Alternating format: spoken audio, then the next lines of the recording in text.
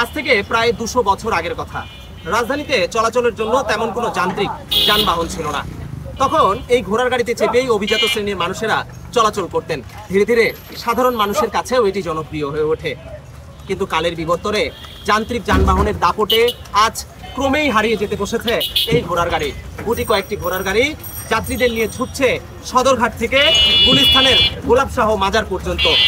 আর কচুয়ানদের হাত ডাক মনে করিয়ে দিচ্ছে নবাবী আমলের সেদিনের কথা। মোহাম্মদ শান্ত পেশায় একজন কচুয়ান, অর্থাৎ তিনি একজন ঘোড়ার গাড়ি চালক। সদরঘাট এলাকায় হাঁক ডাক দিয়ে ডাকছিলেন যাত্রীদের। যদিও জানেন ব্যস্ত নগরী ঢাকায় অসংখ্য যান্ত্রিক যানবাহনের ভিড়ে তার ধীরগতির বাহনের যাত্রীর সংখ্যা অত্যন্ত কম, কারণ সবারই আছে দ্রুততম সময়ে গন্তব্যে যাওয়ার তাড়া।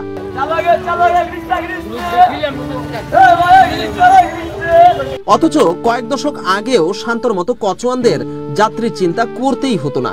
তাদের আয় রোজগারও ছিল বেশ।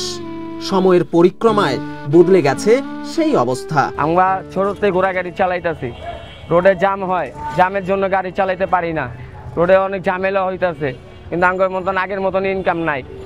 ঘোড়া খাওয়াইছে আগে মনে করেন 1200 টাকা, অন খাওয়ান লাগে 1600 টাকা। তবে আঙ্গ 100 বছর আগে যে চলতো ঘোড়া গাড়ি, হবাই যে চলে গ্যারাজ কম করে মানুষ। আগে তো ইঞ্জিনের গাড়ি আসলো না, যখন রাজারা ঘোড়া গাড়িতে চলতো, ঠিক আছে। আবার ইঞ্জিনের গাড়ি অনেক পরে ঘোড়া গাড়ির চাহিদা কমে আছে। সংসার নিয়ে ভাই আগে তো ভালো ছিলাম, এখন বর্তমানে মনে করেন তালা জ্বালা, কোনো দিকে শান্তি নাই। ঠিক মতন চালাতে দেয় না, ঠিক মতন রাখতে দেয় না, যাত্রী উঠাইলে সমস্যা। সারাদিনে মনে করেন আমার 2টা ঘোড়ার পিছনে 1200 টাকা খরচা আছে, 12 থেকে 1500 টাকা ইনকাম। তো ভাই লাইনের টাকা লাইনে ঘোড়ার পিছনে খরচা হয়ে যায়, 1500 টাকা কামাই, 2000 টাকা কামাই। ঢাকার রাস্তায় এখনো টমটম টিকে আছে সময়ের সাক্ষী হিসেবে। গুলিস্তান গোলাপ শাহের মাজার থেকে সদরঘাট পর্যন্ত হরহামেশাই মিলে এমন গাড়ির দেখা। ঘোড়ার গাড়িতে চড়ে এই পথ পাড়ি দিতে যাত্রী প্রতি ভাড়া গুনতে হয় 30 টাকা। এর বাইরেও চানখারপুল, বঙ্গবাজার, বকশীবাজার, নারিন্দা, সিদ্দিক বাজার, কেরানীগঞ্জ এলাকাতেও চলাচল করে এই বাহন। এছাড়া নানা উপলক্ষে অন্যান্য এলাকাতেও মাঝে মধ্যে ঘোড়ার গাড়ির ডাক পড়ে। নানা মতভেদ থাকলেও মোটামুটি 1830 সালের দিকে ঢাকায় শুরু হয় ঘোড়ার গাড়ির যাত্রা। এক সময় অভিজাত শ্রেণীর প্রধান বাহন হলেও এখন টমটমে চড়েন শুধুই শৌখিন মানুষেরা। আমরা যখন ছোট ছিলাম, আমার যখন বিয়ে হয়েছিল, তখন ঘোড়ার গাড়ি অনেক ছিল, এখন তো নাই। এখন দেখলাম যেগুলো আসলে ঘোড়ার গাড়িতে চড়ার তো একটা রাজকীয় ব্যাপার।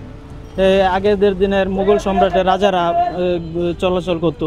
আমাদেরও আসলে শখ জাগে এই ঘোড়ার গাড়ি এবং রিস্কায় ভাড়া কিন্তু প্রায় সমানই, কিন্তু তারপরও আমরা আসলে এটাতে চড়ি না, একটু সময় বেশি লাগে জন্য, তার জন্য কিন্তু এগুলো আসলে বিলুপ্তির পথে। আগে কখনো উঠি না, ওই হেরাগে যে উদ্যান ঘোড়ার গাড়ি গেছে পোলা বানাতেছে ওখানে উঠার জন্য, পরে ওইখানে 500 টাকা চাইতে ওইখানে আর উঠা হয় না, পরে এখন এখানে গুলিস্তান যাবো। ঘোড়ার গাড়ির এখন ঐতিহ্য থাকলেও কদর তেমন নেই। একই সঙ্গে ক্রমেই বিলুপ্তির পথে এই বাহন। ঢাকার ইতিহাসের গুরুত্বপূর্ণ এই বাহন টিকিয়ে রাখতে রুট নির্দিষ্ট করে দেওয়ার দরকার বলে জানিয়েছেন কচুয়ানরা। আঙ্গর একটা সিরিয়াল করে দিলে ভালো হয়, আঙ্গর একবার সিরিয়াল প্রতি গাড়ি ভরে গেলে ভালো হইব। কারণ এমনি আইসা বয়ে থাকতে হয়, বয়ে থেকে আগে বইরা যায়, কেউ পরে বইরা যায়, বইরা গেলে আমরা বয়ে থাকি, লাভ নাই, আঙ্গর লস। একটা লাইন করে দিলে সুন্দর হয়। গুলিস্তানদের যেমন একটা সিরিয়াল করে দিলে সুন্দর হইব, সদরঘাটের একটা সিরিয়াল করে দিলে সুন্দর হয়। ঘোড়ার গাড়ির কদর কমে যাওয়ায় ক্রমশই আয় কমেছে কচুয়ানদের। ফলে এই মানুষগুলোর জীবিকা অনেকটাই হুমকির মুখে। বিজন কুমার, বাংলাদেশ প্রতিদিন।